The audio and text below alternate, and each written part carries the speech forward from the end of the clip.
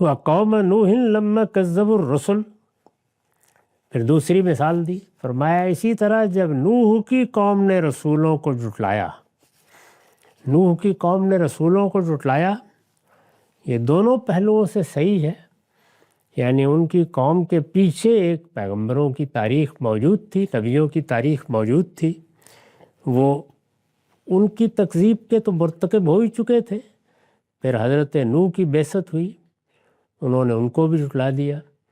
اور یہ رویہ بتا رہا تھا کہ ایک نوح کیا 10,000 نوح بھی آ جائیں تو وہ یہی کریں گے، اسی طرح جھٹلائیں گے۔ تو اس کو قرآن مجید نے رسولوں کو جھٹلایا سے تعبیر کیا ہے، یعنی اگر ایک رسول کو جھٹلایا ہے تو یہ خیال نہ کیا جائے کہ دوسرے آتے تو یہ ان کو مان لیتے، ان کے ساتھ بھی یہی کرتے۔ وقوم نوح لما کذبوا الرسل، اسی طرح جب نوح کی قوم نے رسولوں کو جھٹلایا، میں نے لکھا ہے ان کی طرف اگرچہ ایک ہی رسول کی بعثت ہوئی تھی،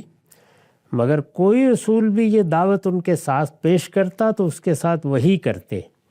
اس لیے ایک رسول کی نافرمانی کو تمام رسولوں کی نافرمانی قرار دیا ہے۔ یہی وجہ ہے کہ ہم جب محمد الرسول اللہ کو مانتے ہیں تو ساتھ ہی اس بات کی گواہی بھی دیتے ہیں کہ ہم سب نبیوں کو مانتے ہیں، سب رسولوں کو مانتے ہیں۔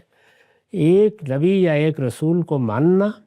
گویا سب نبیوں اور رسولوں کو ماننا ہے، یہ اس انسٹیٹیوشن کو قبول کر لینا ہے، اور اس کا انکار کر دینا گویا سب کا انکار کر دینا ہے۔ تو ارشاد ہوا کہ اسی طرح جب نوح کی قوم نے رسولوں کو جھٹلایا تو ہم نے کیا کیا، اغرقناہم، جس طرح ان کے بارے میں یہ ارشاد ہوا تھا کہ ہم دمرناہم تدمیرا، ہم نے ان کو پامال کر دیا، فرمایا ان کو ہم نے غرقاب کر دیا۔ جب نوح کی قوم نے رسولوں کو جھٹلایا تو ان کو بھی ہم نے غرق کر دیا۔ وَجَعَلْنَهُمْ لِلنَّاسِ آیا،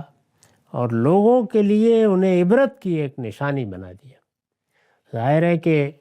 جس طرح قرآن مجید کے ارشادات سے معلوم ہوتا ہے کہ بہت تھوڑے سے لوگ ایمان لائے تھے، ان میں بھی زیادہ تعداد سیدنا نوح کے اپنے خاندان کے لوگوں کی تھی۔ یہ لوگ تھے جن کو ایک کشتی میں سوار کر لیا گیا، اور ایک بڑی کشتی میں اس زمانے کے لحاظ سے کتنے لوگ سوار ہو گئے ہوں گے، یہی لوگ تھے جو اس طوفان سے یا غرقابی سے محفوظ رہے۔ آگے پھر قرآن مجید نے بتایا ہے کہ ہم نے سیدنا نوح کی ذریت ہی کو باقی رکھا، یعنی اگرچہ ان کے ساتھ کچھ اور لوگ بھی تھے لیکن آہستہ آہستہ وہ ختم ہو گئے۔ طوفان کے بعد جو لوگ اس دنیا میں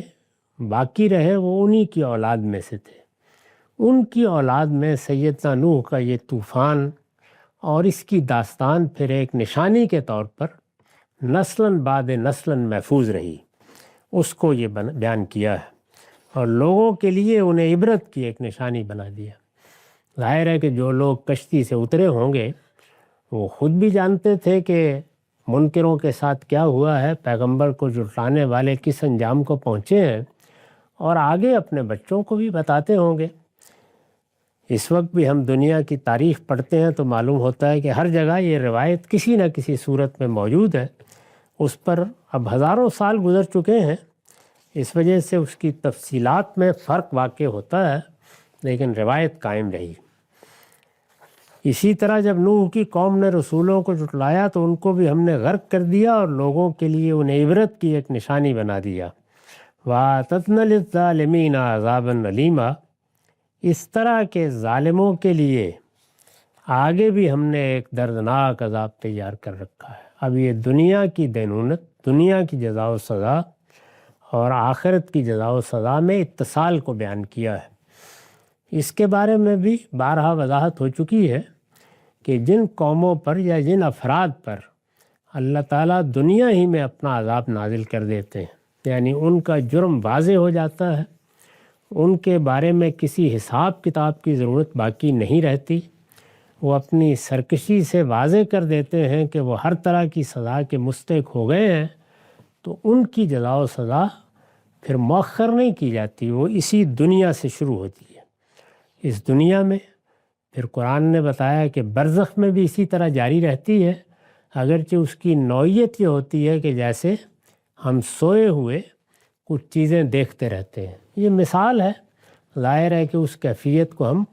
اس سے بہتر طریقے سے نہیں سمجھ سکتے. تو ارشاد ہوا کہ یہ معاملہ پھر برزخ پر ختم نہیں ہو جاتا، بلکہ جب وہ قیامت میں اٹھائے جائیں گے تو وہاں بھی ایک دردناک عذاب تیار ہے. اس طرح کی قوموں اور اس طرح کے لوگوں کا یہ انجام ہے جو بیان کیا گیا، یعنی جن پر اللہ کی حجت تمام ہوئی، ان کی طرف اللہ کے پیغمبر آئے،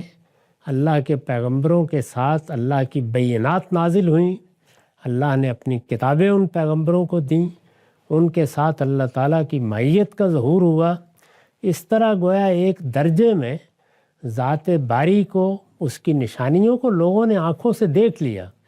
اس کے باوجود بھی جب وہ ماننے کے لیے تیار نہیں ہوئے تو پھر یہ ان کا انجام بیان کر دیا ہے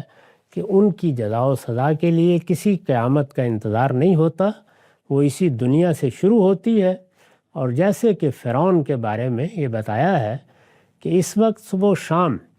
اس کا ٹھکانہ اس کے سامنے پیش کیا جاتا ہے، اسے بتایا جاتا ہے کہ یہ وہ دہکتی آگ ہے جو تمہارا انتظار کر رہی ہے. اور پھر آگے ارشاد ہوا ہے کہ قیامت کے دن پھر ہم ان کو الی اشد العذاب ثم یردون الی اشد العذاب، پھر وہ اس سے زیادہ شدید تر عذاب کی طرف لوٹا دیے جائیں گے.